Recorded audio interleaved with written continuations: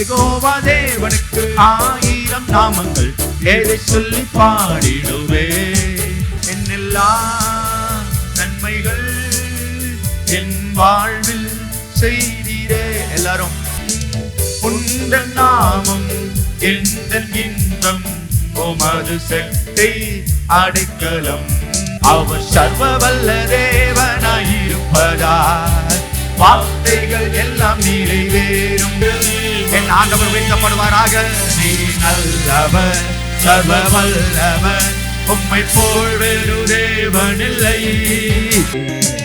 யெகோவா நிசியே, எந்த கோடியே, உமக்கே ஆராதனை. உம் நாமம் துதிக்கையிலே